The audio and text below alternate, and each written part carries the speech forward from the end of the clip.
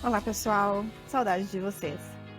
Hoje a entrevista é uma das mais esperadas por todo mundo, porque quem está aqui para conversar com a gente é a nossa querida Fernanda Insalhaldi. Vamos lá? Olá, pessoal, tudo bem com vocês? Eu sou a Patrícia Salvaia, mas eu não vou ficar me apresentando hoje, porque eu sei que todos os olhos já estão para a Fernanda. Então, Fê, queria te agradecer muito por estar aqui dando entrevista nesse começo Imagina, de semestre, que está uma loucura. Então, muito obrigada por estar aqui falando com a gente. imagina, Paty, tudo bem? Muito obrigada pelo convite. Finalmente a gente conseguiu um horário. Sim. Então, Então, obrigada, vamos ao que viu? interessa. Quem é a Fernanda? Ai, que pergunta difícil. Bom, atualmente eu sou a coordenadora do curso de psicologia da FMU. Isso se tornou a minha vida, né? Então, é o meu trabalho, mas também a minha vida.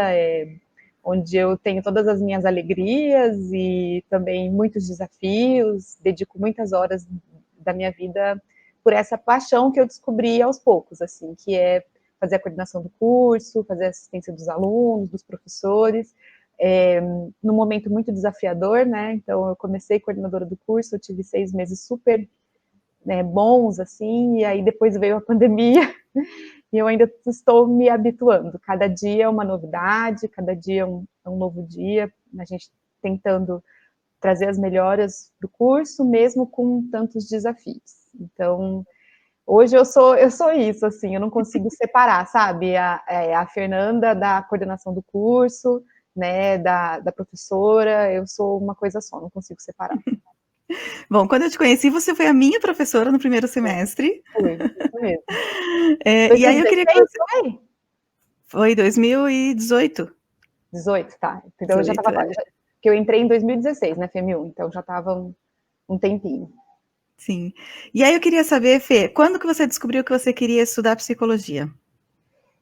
Na verdade, eu comecei muito nova, muito novinha. Tinha 17 anos quando eu entrei na faculdade. Eu tenho uma tia que é uma grande inspiração, ela é psicóloga, ela foi psicóloga da APAE durante muitos anos. Eu tive também uma psicóloga muito boa na minha adolescência, e elas são duas referências que eu tive, então eu decidi fazer. No meu teste vocacional também deu psicologia, mas eu confesso que eu entrei muito crua, assim, eu acho que psicologia talvez seja um curso para você fazer quando você está mais madura, né? Hoje eu volto e penso, falo, nossa, podia ter aproveitado mais, né? Podia ter me envolvido mais com as questões da faculdade, muito novinha, mas foi assim, foi um teste vocacional e essas duas grandes inspirações, assim, na minha vida, que tanto a minha psicóloga, né, quanto a minha tia, que me inspiraram a seguir por esse caminho, trilhar por esse caminho. Mas não foi assim, entrei com 17 anos, me formei e pronto, né? Eu parei, chegou um momento que eu falei, nossa, o que eu estou fazendo aqui? Eu acho que todo estudante de psicologia tem esse momento, nos primeiros semestres, né? Quando começa com muita filosofia, a gente começa a se questionar, porque a gente já quer chegar atendendo, né? Eu falo que todo o aluno chega com aquela cabeça do consultório, e aí você chega lá, eu tinha ratinho, meu ratinho chamava Mamute, na época a gente Ah, podia fazer o treino no ratinho de verdade, né? Mas eu tive um momento de parar e falar, não sei se é isso, parei o curso, fui fazer intercâmbio, aí depois do intercâmbio mais maduro, aí eu falei, não, realmente é isso que eu quero, e aí eu continuei. Eu fui para o intercâmbio, mas eu fiz aquele intercâmbio que se chama Au Pair, Big Sister Au Pair, que você mora numa casa de família, você ajuda a cuidar das crianças e eles financiam a sua faculdade. Na verdade, assim, é seu curso de inglês. Mas como eu já tinha inglês, eu fiz uma prova, passei, né, no TOEFL, eu passei, então eu pude escolher alguns cursos da graduação de psicologia, porque lá funciona diferente daqui, né? Lá você vai, faz as disciplinas básicas e depois você vai direcionando para qual área você quer atuar, né? Então, você pode escolher algumas disciplinas. Aí eu escolhi algumas disciplinas que era Death and Dying, que é a psicologia do morte e morrer, psicologia da personalidade, psicologia da sexualidade. E aí no Death and Dying, quando eu foi a primeira vez que eu fui apresentada, né? Na época a gente chamava de tanatologia, né? Que é o estudo da morte, nem se falava em cuidados paliativos ainda, que foi ali que eu falei, nossa, que coisa interessante, acho que eu vou querer seguir por esse caminho. Então, na verdade, foi lá que eu tive a certeza, quando eu aprendi que a psicologia, ela funciona, inclusive, no luto, no auxiliar ou enfrentar o luto, no processo de morte, de morrer, e então aí eu fiquei encantada e falei, putz, é isso que eu quero. Mas demorou, assim, não foi do dia para a noite, assim, foi algo que foi, eu falo assim, que a vida vai nos mostrando, nos direcionando, e eu senti muito isso, e acabou que foi me levando para esse lado, assim. E aí você voltou para a faculdade Aí eu e voltei para retomou? o Brasil, voltei para a faculdade, e aí no primeiro semestre do meu retorno, teve um concurso para estagiário da ACC, que é a Associação dos Amigos das Crianças com Câncer de Mato Grosso do Sul, e aí eu passei, e por isso que eu falo que as coisas vão acontecendo, assim, não era algo que eu planejava, eu falo que eu nunca tinha conhecido, eu era bem novinha, nunca tinha conhecido ninguém que tinha câncer, por exemplo, né? E aí, de repente, eu me deparei com um monte de criança com câncer e me apaixonei por poder ajudar de alguma maneira, por poder cuidar de alguma maneira, acolher de alguma maneira. E aí, então, eu passei como estagiária, fiquei 1 ano como estagiária, fui contratada antes de ser formada como coordenadora como chamava? Coordenadora lúdico-pedagógico. Então, aí eu cuidava de tudo que era relacionado às crianças, das brincadeiras, da educação, porque a criança, mesmo com câncer, ela tem o direito de continuar estudando. Então, lá na ACC tem uma classe hospitalar que os professores, os pedagogos, eles recebem todo o material, porque são crianças que vêm de fora de Campo Grande para fazer o tratamento, não tem onde morar, não tem condições, então eles moram nessa casa, que tem uma classe hospitalar, e aí a criança tem que continuar estudando. Então, eles recebem material da prefeitura da cidade de origem da criança, e a criança continua estudando. Então, todas as questões, tanto de diversão e pedagógicas, eu fazia a coordenação. Já estava aí, educação e coordenação, já né? estava, menina, eu não imaginava. E aí eu fazia tudo isso, e quando eu me formei, então, aí eu fui contratada como psicóloga também na instituição. Então, foi assim que eu segui esse caminho, mas nunca imaginei. Eu falava que no começo da faculdade eu queria fazer recursos humanos, psicologia organizacional, que é uma área que é super bem reconhecida, é uma área que paga muito bem, né? Então, eu falava, eu quero fazer psicologia organizacional. Nunca pensei que eu ia parar na hospitalar, em cuidados paliativos, mas a vida foi acontecendo, né? Então, aí eu assumi como psicóloga lá, e depois de um tempo eu fui alocada no hospital. Então, eu trabalhava nessa casa, que é de crianças com câncer, então as crianças que são atendidas pelo SUS, e assim, Mato Grosso do Sul é um estado muito pequeno, né, é interiorzão mesmo, então a gente recebia muitas crianças do Paraguai, né, porque não tem condições de saúde nenhuma. Imagina como é o SUS no interior do Mato Grosso do Sul, né? Então, essas crianças vinham para morar com a gente, porque é só na capital que faz o tratamento de determinada doença, né? A gente hoje tem Dourados também, que é uma cidade grande, mas a maioria vai para a capital. Então, eu fazia aí primeiro eu fazia só com criança, quando eu assumi como psicóloga, eu passei a fazer também os projetos com as mães. Então, a gente desenvolveu, por exemplo, EJA com as mães, porque nas entrevistas a gente descobriu que as mães não sabiam ler e escrever. Como que você tem primeiro que não saber ler e escrever é como se você fosse parcialmente cego, né? E aí, como que você tem um filho com câncer, que você tem que pegar uma estrada para ir para uma cidade que você não conhece, para um hospital que você não conhece, dar uma medicação se você não sabe ler e escrever, né? Como essas mulheres são corajosas e são valentes, assim, ao ponto de pegar esse filho e ir e fazer de tudo para curar essa criança, né? Então, aí a gente desenvolveu, por exemplo, EJA para essas mães, então a gente fez a formatura, porque elas conseguiram, né, aprenderam a ler e escrever, a gente fazia cursos profissionalizantes, porque essas mães saíam da casa, deixavam o marido para trás, os outros filhos, perdiam o emprego para ir cuidar do filho doente. Muitas vezes, quando elas voltavam, o marido já estava com outra, né? Elas não tinham nem mais a própria casa para morar, então a gente fez cursos profissionalizantes para essas mães, então corte e costura, confeitaria, para elas vender alguma coisa para ter algum tipo de renda, né? E ter algo para prosseguir a vida quando elas voltassem. Algumas voltavam com os filhos, algumas voltavam sem os filhos, né? Então elas precisavam de algo para continuar. E aí, então, era muito feliz. Nossa, morro de saudade. Fiquei muito tempo lá, e aí depois eu fui realocada para o hospital. Então, essas crianças faziam tratamento no Hospital Regional, no CETOI, que é o Centro Oncohematológico Infantil, que é no 8º andar do Hospital Regional do Mato Grosso do Sul. Então, assim, enquanto essas crianças estavam na casa, elas estavam bem, né? Aí as pessoas falam, nossa, Fernanda, mas a criança tinha câncer, estava bem? Sim, né? Apesar do câncer, elas brincavam, elas estavam... Eu sempre conto uma história de uma paciente minha que está super bem, que é a Vitória Lohane, que era uma criancinha daquela, super arteira, e aí ela falava, tia, eu vou gumitar e já volto. Aí ela gumitava e voltava para brincar, porque criança quer brincar, né? E as crianças que estavam Resiliência, né, filha? Super. A gente aprende muito trabalhando com criança, né? Eu falo que hoje a gente tem uma dor de cabeça, senta e fala, porque eu tenho essa dor de cabeça, porque, pelo amor de Deus, por que eu tô sentindo isso? E a criança lá, com câncer, vomitando, fazendo quimioterapia, ela só quer brincar, ela só quer ser feliz. Acho que quando a gente amadurece, a gente perde um pouco dessa capacidade, né? A gente se concentra demais na infelicidade, demais nos problemas e muito pouco naquilo que nos faz feliz. E a criança não tem disso, sabe? E a criança é feliz apesar de tudo, né? Ela tenta ser feliz, ela se engaja em ser feliz.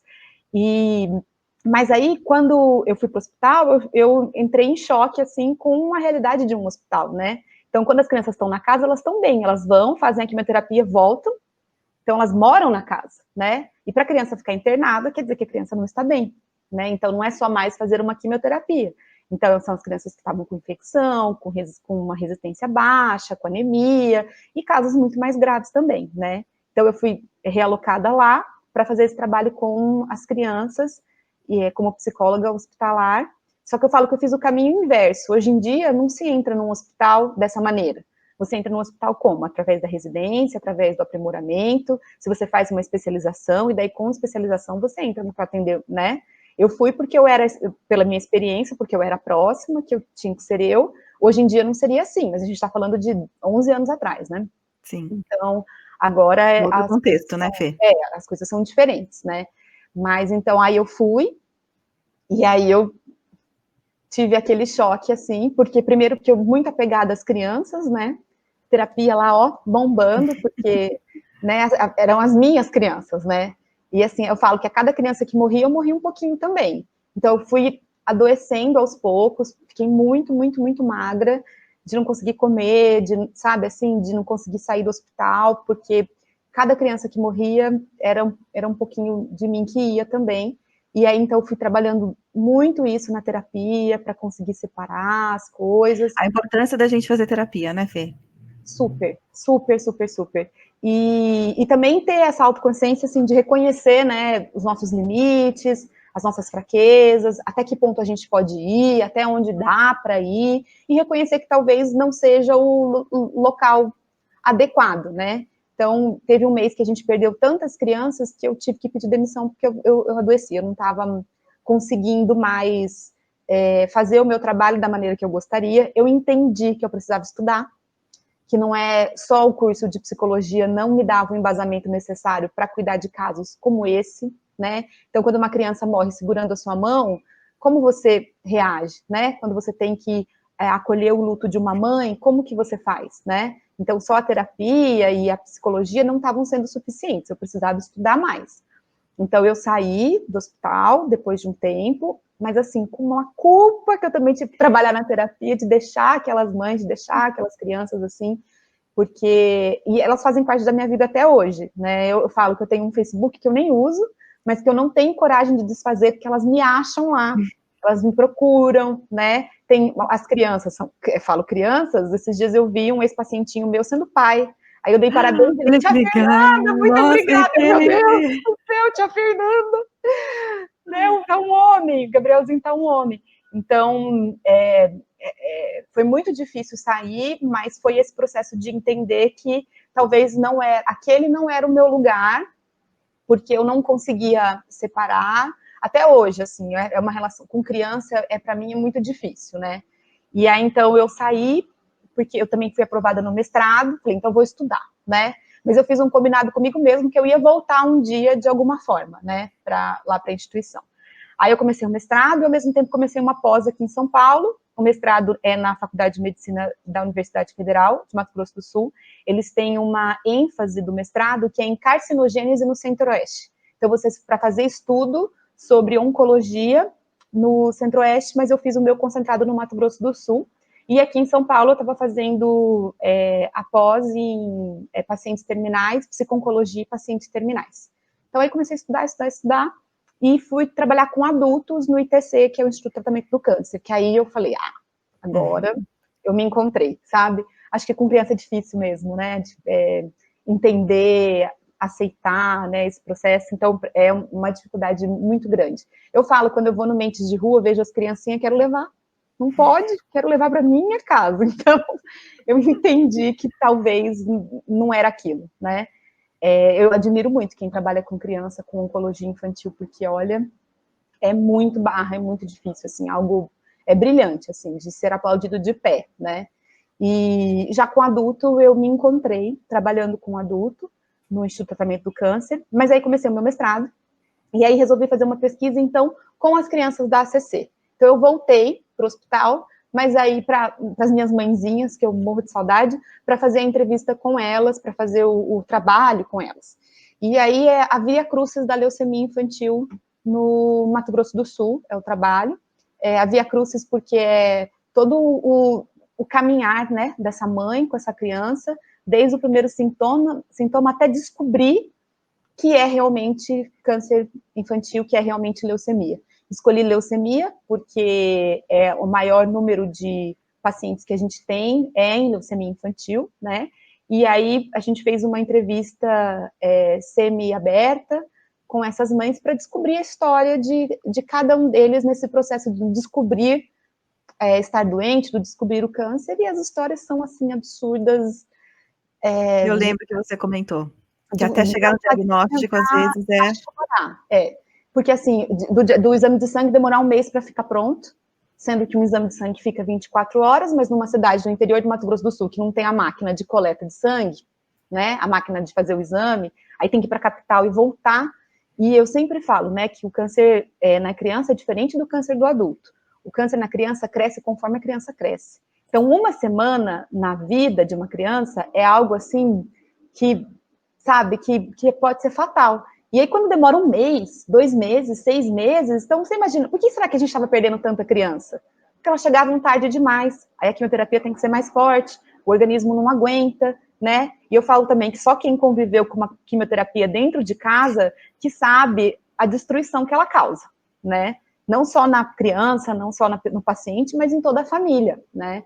Então, fiz esse projeto, fiz essa pesquisa, e assim, por exemplo, paciente que tinha dor no joelho, e ia no médico, no posto de saúde, o médico falava que era dor de crescimento, e era uma dor constante, e não pediu um raio-x, por exemplo, né?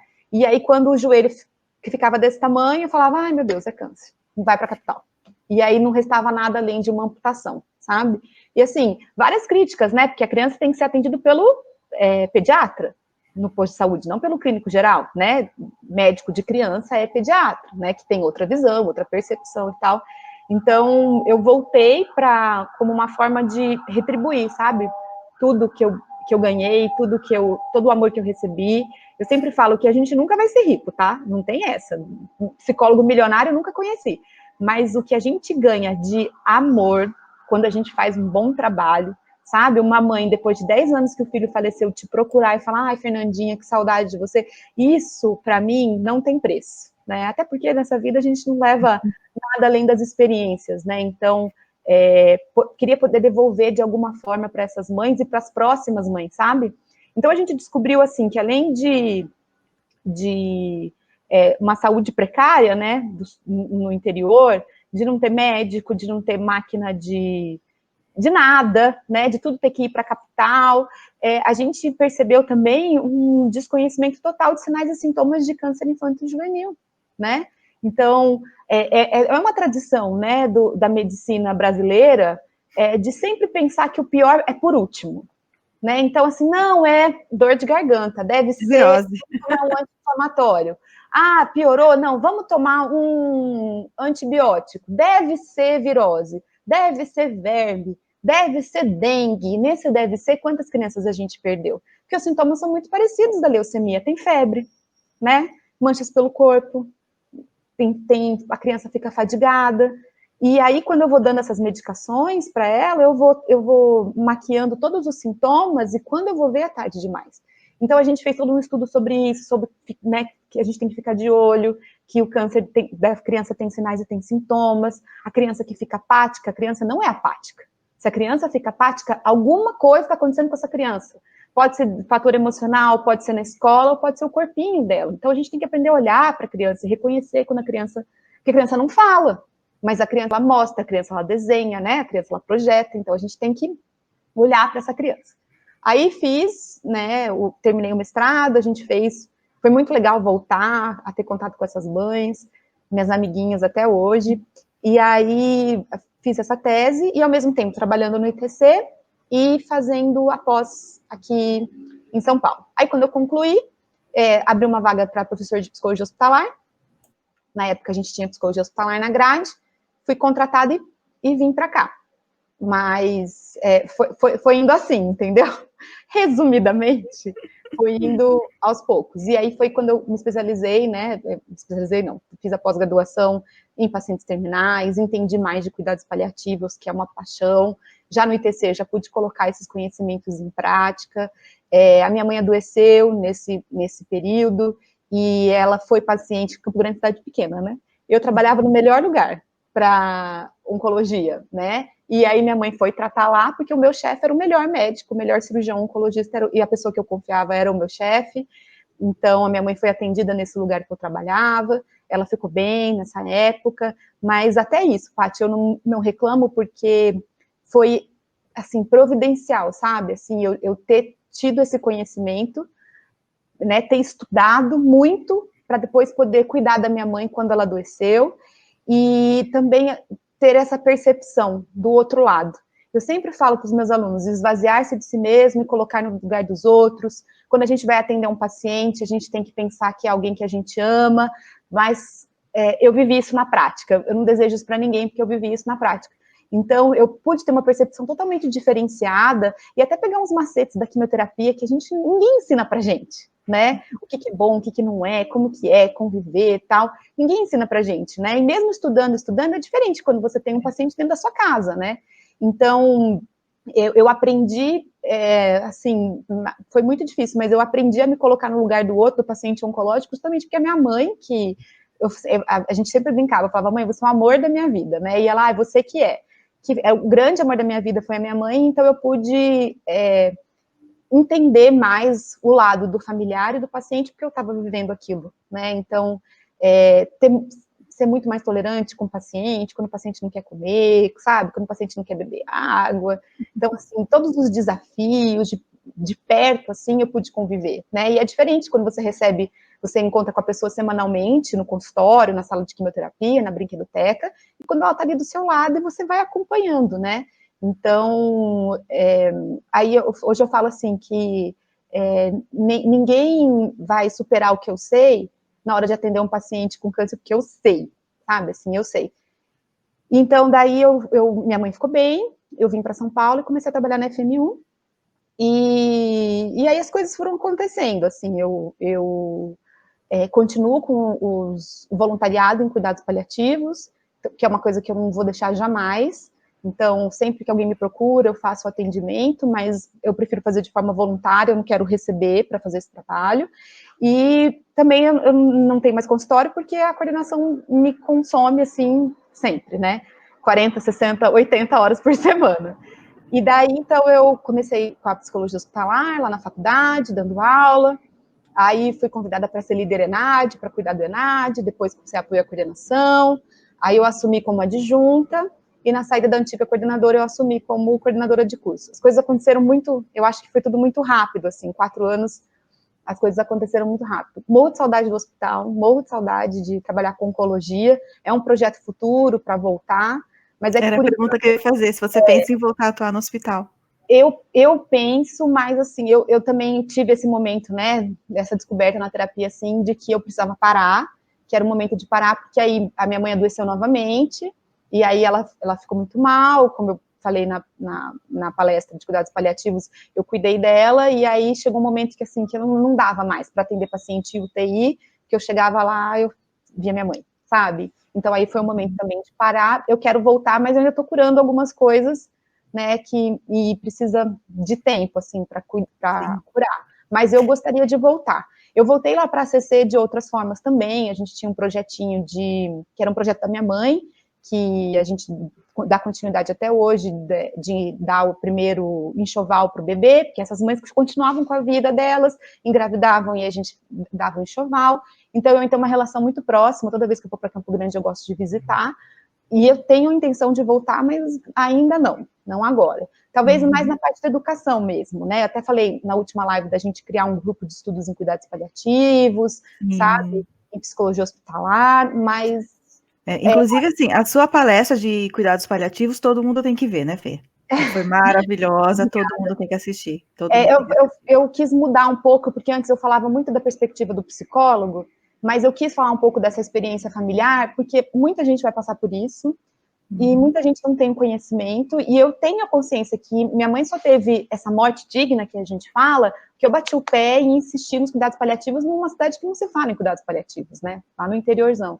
Então, eu quis trazer isso para os alunos, para quem assistiu, porque a gente vai passar, sabe, assim, a gente vai precisar passar, não necessariamente por câncer, mas um idoso, muito idosinho, né, ele naturalmente está em cuidados paliativos, e a gente não sabe o que a gente faz, para onde que a gente corre, né, para onde que a gente vai, então eu quis mudar, porque eu sabia que a gente ia falar sobre isso no workshop, então eu quis mudar um pouco e trazer, foi a primeira vez, né, de trazer essa perspectiva mais pessoal, assim, de como é ser filho de uma pessoa que está morrendo, né, e que bom que ela pode morrer nos meus braços e não sozinha, numa UTI, num hospital, então eu quis fazer dessa maneira, mas, e assim, eu sempre falo, né, que é incrível como a vida nos conduz, que eu jamais, na minha vida, ia imaginar que minha mãe tão nova, o primeiro câncer da minha mãe foi com 50 anos, ela morreu aos 60, ela se curou do primeiro, ficou 5 anos bem, depois, durante 5 anos, ela foi tendo, o câncer ia voltava, até que ela faleceu. Eu nunca esperei, nunca imaginava que toda essa minha trajetória, hoje eu entendo que seria para cuidar dela, sabe? E seria para poder ajudar as pessoas. Então, a vida nos conduz, a vida vai nos levando, eu tenho muita certeza disso. E aí também eu devo ter alguma missão para estar nessa coordenação. Com certeza, cuidando de nós, alunos. Legal, Fê. Eu acho super legal a ideia de ter um grupo de estudos de cuidados paliativos, né? Uma liga, alguma coisa assim. Eu tô na mania das ligas agora, né? Então, agora de repente, uma liga. Né? A gente tá com várias ligas agora, mas então, assim, talvez mais na área da educação, talvez mais para frente voltar a atuar, mas por enquanto ainda não, assim, ainda tá muito cedo. Assim, vão fazer 3 anos, tá? Mas às vezes eu paro e falo, parece que foi ontem. Né? Eu falo que é uma saudade assim que não passa, né? A gente vai se acostumando com ela, mas ela não passa, né? Então, quando eu paro, eu falo, nossa, 3 anos já, mas dói, parece que foi ontem, né? Então, isso ainda está sendo trabalhado, e até para poder dar um atendimento competente, sabe? Eu não quero estar tão emocionalmente envolvida assim. Eu acho que você está contando para a gente muito mais do que a tua trajetória, né? Mas o teu desenvolvimento como pessoa, né, Fê? Isso é fundamental para a gente se espelhar. E como a gente cresce, né? Como a dor faz a gente crescer, né? Até quis colocar esse tema de florescer na seca, porque eu acredito nisso mesmo, né? De que a gente floresce, né? Que a gente tem que aprender e aceitar que a gente vai florescer, né? Então, legal. A gente vai crescer, né? Mas a gente tem que sofrer para crescer, não tem como. As pessoas que se esquivam da dor, elas não crescem, né? Então, a gente tem que... Né, o amadurecimento passa por ritos de passagem, passa por sofrimentos, né? Mas é o caminho, né? Se a gente não quiser sofrer, a gente vai ficar, né? Não tem como diz o Jung, puer eternos, né? Uma eterna criança. Exatamente, é isso mesmo. E é bom, né? Então... Ser criança. Né? Eu falo, tem dia que dá vontade de se esconder debaixo da cama, mas não dá, né? Não dá. Ainda mais agora, né, Fê? Com essa pandemia, todo mundo online. Pois é. Bom, então chegamos até a coordenação, né? E uma coisa que a gente combinou de comentar, que é uma dúvida, não dúvida não, mas acho que é mais uma curiosidade que nós alunos temos, né? É como que é montada a nossa grade curricular em psico. E aí, se você puder dar um overview, assim, no primeiro semestre o foco é esse, no segundo semestre o foco tal, se você puder. Então, a gente faz parte de um grupo internacional que é o grupo da Laureate, que vocês sabem, e a gente tem uma grade, que é uma grade padrão, para todas as instituições da rede Laureate. Então, seja aonde você for, né? Inclusive, a gente teve um projeto com o México no semestre passado, que a gente quer repetir esse semestre, a grade é a mesma, né? Então, e ela é construída em forma espiral, para que as matérias elas possam ir se complementando conforme elas acontecem. Então, por exemplo, no primeiro semestre eu tenho bases estruturais, e no segundo semestre eu tenho bases biológicas, né? No segundo semestre eu tenho sociedade de comportamentos grupais, no terceiro semestre eu tenho intervenções psicossociais, lá na frente, sabe, assim, então ela acontece de uma forma aí se complementando, até que você chegue no estágio, né? Então, por exemplo, a gente começa com os estágios cedo, no quinto semestre, vocês vão ter todos os estágios básicos, estágio básico em processos educacionais, estágio básico em saúde, estágio básico laboral, estágio básico em processos de acolhimento.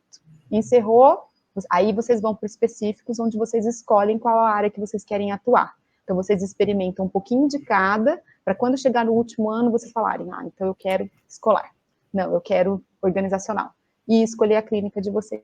Para o aluno ir experimentando um pouquinho de várias possibilidades, para então chegar no estágio e tomar uma decisão, ou não, né? Se quiser mudar depois, não tem problema.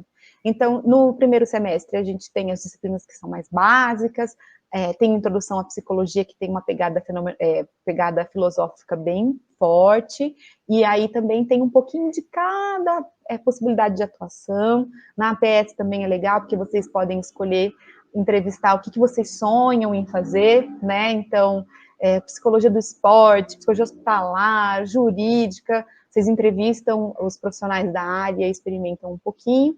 Então, no primeiro semestre é mais essa introdução, processos psicológicos básicos, ética e bastante filosofia, né? Então, no segundo semestre, vocês têm a primeira abordagem clínica, que é psicologia analítico-comportamental. Então, vocês têm uma APS bastante trabalhosa, né, para fazer uma avaliação de comportamento, não é isso? E então é a primeira clínica que vocês têm. Começam os testes também, então os primeiros testes que vocês vão ter em base da avaliação psicológica, e sociedade de comportamentos grupais também. Já no terceiro semestre começa a psicanálise, que todo mundo chega amando psicanálise. E todo mundo fala, você é psicanalista, depois muda. Eu acho que muita gente entra na faculdade achando que psicologia é Freud, né? Exatamente. Depois começa, exatamente, descobrir que existem outras possibilidades, né? Aí, no segundo, a gente teve trabalho subjetividade, no terceiro a gente vai ter trabalho subjetividade, no quarto, trabalho saúde mental. Então, vejam, é sempre uma complementando a outra, e as clínicas, né? E aí, intervenções em saúde, e o segundo teste, que é instrumentos e recursos de avaliação. Então, vocês vão ter teste no segundo, no terceiro e no quarto, um sempre complementando o outro, e sempre trazendo mais um teste, algo novo para o aluno aprender, que vai usar lá no oitavo semestre, na hora de fazer triagem. Então, veja que ela é bem casadinha, assim, para ir ter uma grade bem redondinha e em espiral, como eu falei. E aí, no quarto semestre, então, vocês vão ter FENO, que eu amo, Psicologia Fenomenológica Existencial, e aí, no complemento da clínica, começam as intervenções. Então, veja, vocês tiveram as básicas, Psicologia Analítico-Comportamental, lá na frente, intervenções analítico-comportamental. Vocês vão ter psicanálise, intervenções psicanalíticas. Depois vocês vão ter fenomenologia e intervenções fenomenológicas. Tudo isso antes de chegar no nono semestre, que é quando vocês escolhem a clínica que vocês vão atuar. E o mesmo para os estágios externos. Então, vocês têm trabalho e saúde mental, trabalho e subjetividade e intervenções em contextos organizacionais, daí vocês vão para estágio básico em processos laborais. Mesma coisa educacional, vocês vão ter intervenções em contextos escolares, para depois fazer o estágio básico educacional, entendeu? A mesma coisa do social. Então, é assim que ela funciona, e vai complementando, e vai complementando. Claro que em uma grade não tem como dar tudo. Então, os alunos falam, professora, por que não tem Jung na nossa grade? Aí, então, o que a gente fez? Vamos criar uma liga de estudos junguianos, né? Vamos trazer os junguianos para falar, né? Tem uma pincelada de Jung, mas não é focado em Jung, né? Aí os alunos vão falar, professora, porque não tem... a gente não fala sobre estudos étnicos raciais, por exemplo. Vamos criar uma liga de estudos, sabe? Então, hoje a gente está nessa tentativa de complementar o que a gente sente que falta na nossa grade, porque não tem como dar tudo, né? Acho que, por exemplo, o aluno que ele quer ser junguiano, ele precisa fazer uma pós-graduação em Jung para poder falar, bater no peito e falar, não, eu sou junguiano, né? Eu atendo e tal. Então, a gente vai fazendo assim, sabe? Então, a gente tem, Até mesmo claro que... psicanálise, né, Fê? A gente tem um semestre de psicanálise, depois tem intervenções, mas realmente é necessário fazer uma formação depois da faculdade, quem quer ser psicanalista, né? E aí, o foco vai no estágio, né? Então, aí, dependendo do seu supervisor, né? Porque a gente faz o estágio em psicanálise, mas temos professores que são lacanianos, temos professores que são kleinianos, freudianos, depende muito da pegada do seu professor também, né, o tom que ele vai dar. Mas, realmente, o aluno, ele sai pronto para atuar. Então, ele está pronto para ir para o consultório e atender, tá? Mas, eu recomendo sempre uma pós-graduação, né? Eu acho sempre que é necessário, até isso que eu contei lá no começo, assim, a gente sente a necessidade de, além da supervisão, quando a gente vai para o consultório, a gente ter mais embasamento. A gente mesmo sente essa necessidade, mas os alunos saem prontos para isso. Aí falam, professora, porque tem pouca gestalt, tem mesmo, mas no estágio, você pode fazer estágio com a professora Rosana, que é gestaltista, e aí, então, no estágio, vocês acabam aprimorando mais, né? Mas é justamente por isso que a gente tem criado as ligas, que a gente tem feito tantos eventos, que a gente entende que não dá para dar tudo, mas a gente pode sempre acrescentar, né, então, com esse tipo de projeto, né, mas mesmo assim, a gente fez, por exemplo, a gente fez a Semana da Psicologia, mas muitos alunos não participaram, aliás, são poucos alunos que participam, né, então, a gente tem essa cobrança em relação a dar algo mais, a gente está numa coordenação que a gente tenta dar algo mais, que a gente está dando o máximo que a gente pode, mas a gente também precisa da aderência do outro lado, né? Então, quando a gente faz um workshop de psicologia hospitalar, como a gente fez na semana passada, com gênios, como foi, a gente tinha que ter 2.000 alunos online, né? Concorda? A gente fez um workshop de avaliação psicológica com gênios, não é porque eles são meus professores, também tinha convidado, mas porque eles têm nome. Se você pegar o nome deles, pega o currículo da professora Terezinha. Exato. Ela é pós-doc. Dois pós-doc. Ela é maravilhosa. Então, pega o currículo dela. Pega o currículo da professora Juliana Leonel. Então, tem esse outro lado também. Tem muita cobrança. A gente está tentando, aos poucos, atender a essas cobranças, né? A Liga é uma saída super legal. Então, hoje a gente tem a LAPEG, que é a Liga de Estudos Junguianos, a LAESC, que é a Liga de Estudos de Saúde Coletiva, a gente tem a Liga Virgínia Bicudo, que é Estudos Étnicos Raciais, e a gente está aberta para mais ligas, tá? A gente tem grupos de estudos de psicologia, de psicanálise, de analítica comportamental, então a gente está oferecendo, mas a gente quer que os alunos participem mesmo, sabe? A gente criou o canal, né, para todas essas lives ficarem gravadas, para quem não conseguiu assistir depois. A gente tem um Instagram que a gente vai alimentando com tudo que acontece, porque a gente está tentando engajar esses alunos, principalmente nesse momento que a gente está vivendo, né? Então, a gente tem que aproveitar essa pandemia para alguma coisa. Antes, um auditório cabia 300 alunos, não entrava mais ninguém. Hoje, a gente pode ter 1.000, 2.000 pessoas, mas a gente também precisa do interesse do aluno em participar. Né? Então, eu acho, Fê, que a diferença entre ser um aluno de psicologia e um psicólogo em formação, né? É isso mesmo, é isso, Paty. Talvez a gente tenha muitos alunos e poucos psicólogos em formação, né? E a gente tem muita coisa, né? Então, a gente tem a iniciação científica, temos pouquíssimos participantes. A gente abre anualmente, tem até o direito a uma bolsa, pequenininha, mas tem bolsa. A gente tem poucos participantes. A gente tem a monitoria voluntária, né, ganha um certificado, coloca lá no seu currículo, tem poucos participantes, né? Então, tem isso também, assim, às vezes a gente também precisa desse engajamento, mas eu também entendo que talvez seja por falta de conhecimento. Então, a gente está querendo ampliar essas informações para que cheguem até os alunos. Então, até um dos intuitos na Semana da Psicologia, a gente trazer alunos da iniciação científica para inspirar os outros alunos. Alunos egressos que se formaram com a gente, estão super bem no mercado de trabalho, para inspirar os outros alunos, né? E trazer mais essa informação das possibilidades. Inclusive, a gente tem que fazer uma live com você para falar do seu intercâmbio. Do intercâmbio, Porque sim. as pessoas não sabem que a gente tem um intercâmbio e você foi para o intercâmbio. Então, a gente tem que Eu fazer fui para o uma. intercâmbio. Você E foi foi para Portugal, na maravilhoso. Universidade do Porto, numa parceria da FMU com. O E as pessoas Santander. não sabem que a gente tem, né? É, Então, a gente exatamente. precisa. Talvez seja isso também, que a gente precisa melhorar a nossa comunicação. E agora, que foi isso que a pandemia.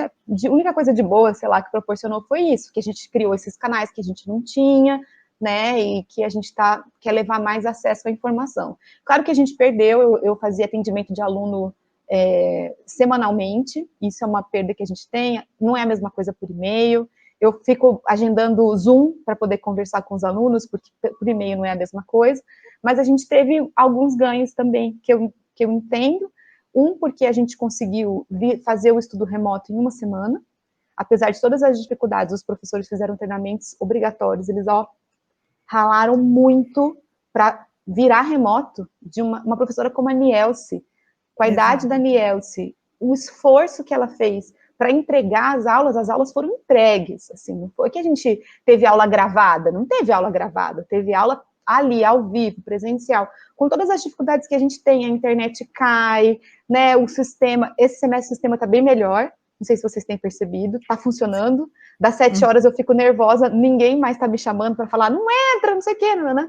Então, eu sinto que melhorou, foi feito um investimento financeiro pesado da instituição nisso, né? Então, mas, assim, o que os professores fizeram para poder entregar é algo, assim, né? Eles aprenderam imagina, uma senhorinha, Nielce, Sandra Borges, no computador, né? E conseguir entregar essas aulas com maior amor, com maior paixão.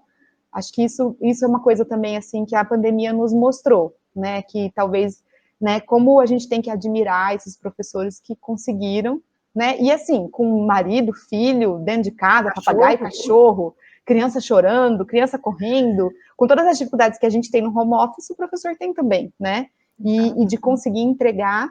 E aí a gente vai para aquilo que a gente estava conversando mais cedo sobre empatia, né? Que como a gente precisa ter empatia com esses professores que estão dando ao máximo e dá muito mais trabalho, né? É muito mais fácil eu fazer um trabalho em grupo, todo mundo junta todo mundo na sala, vamos fazer um trabalho em grupo, vou corrigir aqui com vocês, olha a prova de vocês, eu vou corrigir papel. É muito mais simples, é tudo muito mais prazeroso. Imagina você ler 100, 200 trabalhos na tela do computador, corrigir, entregar, dar o feedback. É muito E mais só ouvir trabalhoso. reclamação, né? Só ouvir E só ouvir reclamação. reclamação. Mudança. Então, isso é uma coisa assim que a gente precisa trabalhar também na questão da empatia dos alunos, né, com todo esse esforço que esses professores estão fazendo, né? A professora Juliana perdeu o pai e não deixou de trabalhar um dia, porque ela falava, não, eu preciso dar atenção para os meus alunos. A mesma coisa a professora Gislene. No mesmo dia ela estava trabalhando, porque ela sabe. Então, esse tipo de coisa, assim, que a minha admiração pelos professores cresceu, assim, absurdamente, sabe? Eu tenho assim, eu falei que a gente acabou virando uma família, né, no meio disso tudo, mas a admiração que a gente tem por eles terem conseguido, que não é fácil, né, não é fácil, e corrigir cada trabalho, e até das colas, né, que os professores falavam, gente, estão colando, porque eles olham prova por prova, questão por questão, falam, tá igual do meu slide, tá igual do aluno A e do aluno B, né, toda a dedicação que eles tiveram, então é um pedido, assim, para ter paciência, para ter empatia, porque eles estão. Tá difícil para todo mundo, né? Assim como tá difícil para o aluno, tá difícil para o professor, tá difícil para o coordenador, né? E que saudade do presencial. Ser psicólogo em formação já é ter empatia pelos nossos pares, pelos nossos colegas, pelos nossos professores, né? E acho que o mundo está precisando de mais empatia, né? O mundo todo, assim, né? Então, né, quando a gente recebe uma reclamação de tipo, ai, professora, não dá dando mais, porque a criança ficou chorando e atrapalhou a aula, né? Seja a criança do colega, seja a criança do professor, é difícil escutar esse tipo de coisa, né? Porque não tem solução. Se a gente tivesse presencial, não seria assim.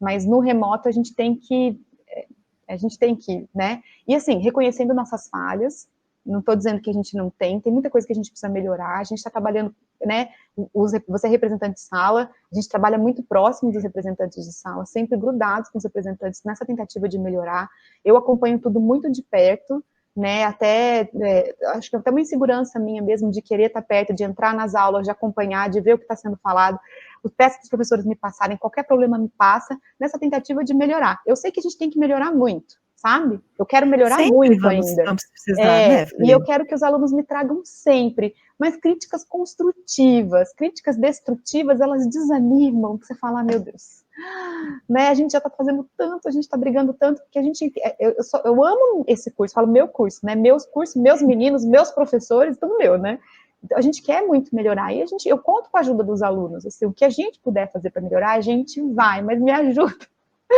né, nos ajude a melhorar, né, a gente quer melhorar, e eu sei, Paty, de tudo que a gente precisa, sabe, não só de questões acadêmicas, mas hoje não eu é tô falando de mágica, questões né, Fê? acadêmicas.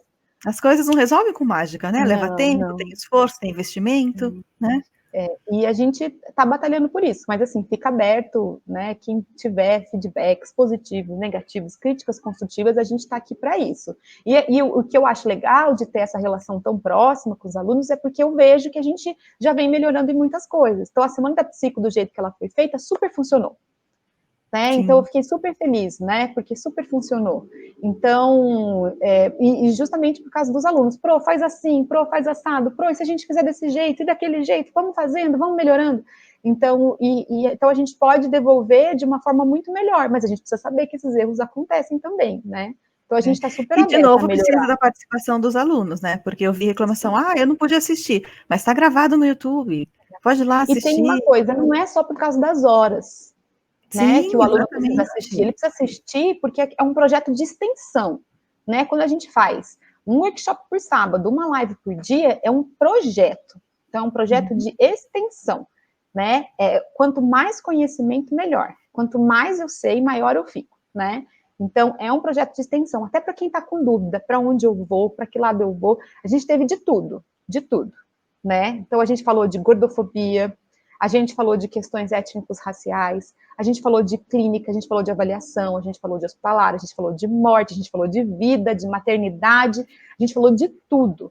Então eu tenho que assistir para tentar descobrir para onde eu vou, o que eu quero, o que faz, né, o que me inspira, né, a ser psicólogo, né? Ser psicólogo é muito mais que clínica, muito mais. Talvez seja isso também. A gente entra na faculdade com a cabeça que é só um consultório, é o jeito de ser psicólogo, né, que a gente precisa desenvolver, né?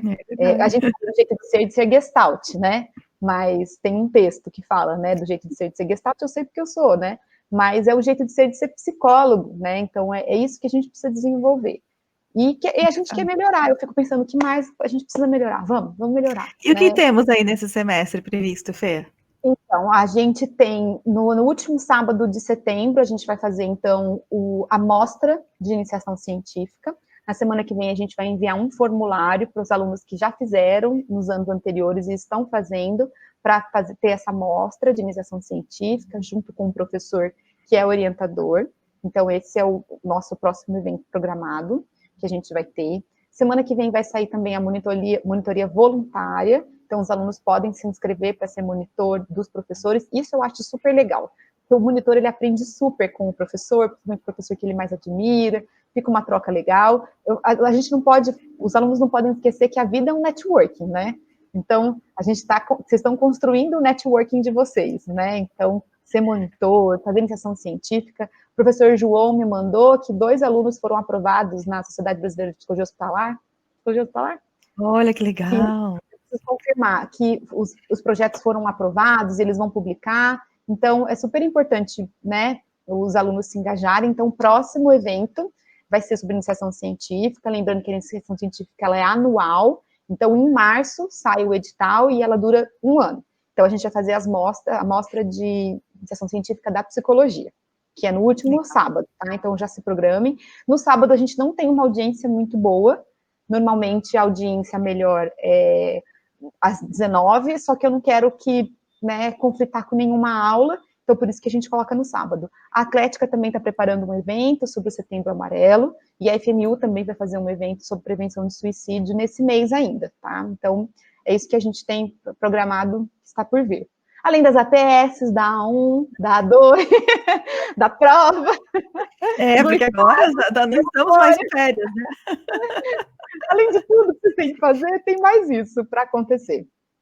E aí a gente pediu a opinião, então, dos alunos, dos representantes, para os eventos dos próximos meses, mas vai ser sempre um eventão de sábado, igual foram os workshops, para não conflitar com as aulas. Ótimo. Bom, Fê, então eu queria te agradecer mais uma vez, não só por ter dado a entrevista, falei muito rápido, mas por todo o seu empenho, desculpa, todo o seu empenho. Você está realmente, a coordenação virou sua vida, né? A gente vê isso. Então, muito obrigada. Vou ter que levar para psicóloga. Eu falo que às vezes eu fujo, porque eu tenho algumas metas que eu preciso cumprir, e aí eu não cumpro, sabe? Eu não respeito o dia livre, eu não respeito o final de semana, aí eu falto. Sabe? Para não ter que falar para a psicóloga. Aí eu vou na outra, faço tudo errado, sabe? Mas faz parte. E tem alguma mensagem final que você gostaria de deixar para os alunos, Fê? Que a gente tenha um bom semestre, né? Que seja um semestre melhor do que foi o último. Eu acho que vai ser, porque a gente aprendeu muito com o último. Gente, não é fácil virar um curso online do dia para a noite. Começar um curso online, acho que eu nem dormi naquela semana, do dia para a noite não é fácil. Então, espero que dê tudo certo. Se não der, a gente está aqui para resolver. Às vezes a gente não consegue resolver no tempo que o aluno quer, né? Existem vários setores, mas a gente está aqui para resolver, a gente está aqui para isso. Cuidem dos seus professores, né? Cuidem de vocês mesmos, contem com a gente, do que vocês precisarem, a gente está aqui, né? Essa é uma coordenação muito próxima dos alunos, eu quero manter assim, quero sempre estar próxima dos meus alunos e assim, sempre na tentativa de melhorar para entregar um melhor curso para vocês. É isso. Legal. Então, um agradecimento para você. Obrigada. Eu sei que eu falei em nome da totalidade dos alunos por toda a sua dedicação, Fê. Foi um prazer falar com você, finalmente conseguimos. E a próxima live eu que vou fazer com você sobre o intercâmbio. Tá bom. Pode deixar. Vou mandar esses alunos tudo para Portugal, só que eu tenho medo de não voltar, porque você não queria voltar. Eu não queria voltar. Já pensou se eles não voltam também? Eu vou perder meus alunos. Mas a gente é obrigado, no contrato lá tá falando que a gente tem que fazer mais um semestre aqui, então tive que voltar. Então, tive que voltar. Mas a próxima agora eu que vou te entrevistar, tá bom? Para falar tá bom, Obrigada por tudo, Paty. Aliás, que projeto incrível, pessoal, assistam eu falo live, mas é gravada, né? Então não é mais live. Os vídeos do canal. Porque os professores estão adorando, eles estão se achando que eles estão dando entrevista, aí os alunos respondem. Tá um movimento tão legal, parabéns, Paty, de verdade. Que bom que tem você para poder dar esse reconhecimento para os professores, que às vezes só eu falando, eles falam, Fernanda, né? Política, tô falando. Mas aí quando você faz, os alunos olham, os alunos reconhecem, nossa, isso está fazendo um bem. Todas as mensagens que eu recebo, eu vou encaminhando para eles, sabe? Para eles saberem que como eles, né, são importantes, como eles são essenciais para os alunos. Então, muito obrigada. Esse projeto está mudando a vida dos professores de verdade. Que bom, eu fico muito feliz. Eles me agradecem, e uma das coisas assim, né? A gente já era para estar terminando, mas vou falar. Logo que eu entrei na faculdade, eu escutava muito comentário, não, a FMU mandou os melhores professores embora e tal. Acho que a gente até teve uma conversa sobre isso, né? E foi uma das coisas que me motivou a procurar um intercâmbio. Eu falei, bom, então deixa eu ver o que essa faculdade tem de bom. Aí eu achei o intercâmbio, né? E quando eu faço as entrevistas, eu falo, meu Deus, como eu estava errada. Eu não, né? As pessoas que falavam para mim. Porque nós temos professores maravilhosos, maravilhosos, maravilhosos. Tanto o pessoal que está na faculdade há bastante tempo, quanto o pessoal que está entrando faz um ano. Eles são fantásticos, a gente tem tanto para aprender com eles. Então, eu acho que uma das surpresas para mim foi o quanto que nós temos professores. Eu sabia que a gente tinha professores bons, mas eu não sabia que a gente tinha professores tão bons. Né? Pega o lápis. Eu sempre falo, olha o lápis do seu professor, olha a história do seu professor até ele chegar aqui. Porque a gente não contrata assim, sabe? Ele tem uma história, o professor, para chegar aqui, tem que ter um lápis assim, né? E você olha o lápis, tudo que os professores já fizeram, você fala, meu Deus, nossa, é livro publicado, é projeto colocado em prefeitura, né, igual o projeto da professora Patrícia, sabe, assim, então, eles são maravilhosos, assim, eu concordo com você, a gente perdeu, mas a gente ganhou, e é assim que é a vida, né, as coisas vão se renovando, né, e tem os professores que foram, mas aí eles voltaram, né, que é uma coisa assim que eu... Professora Kátia. A professora Kátia Vanderlei, que é maravilhosa, o professor Ivan, que a gente pôde trazer de volta, e a gente vai trazer de volta quem quiser voltar, sabe? Às vezes falam, professor tal, por que vocês não trazem de volta? O professor não quer, que a gente convida ele que não quer voltar. Sabe, tem um professor aí, sabe, que todo mundo ama, sabe, que quer, é que ele não quer voltar, porque senão ele estava de volta. Então, mas a gente está trazendo, quem quer voltar a gente vai trazer, sabe? Então, eu também acho, né, nossos professores maravilhosos, sou suspeita. Legal. Então tá bom, Fê, obrigada mais uma vez. Obrigada, Tati. Um beijo enorme, carinhoso para você. Obrigada, um beijo, morrendo de saudade, viu? Também. Vou te cobrar a tua live. Um beijo. Tá bom, um beijo. Tchau, tchau. Legal, pessoal. Agora corre lá na página do YouTube PsicoFMU e assiste a entrevista da Fernanda. E se você ainda não se inscreveu, inscreva-se, ative o sininho, curta e compartilhe. Um beijo e até a próxima.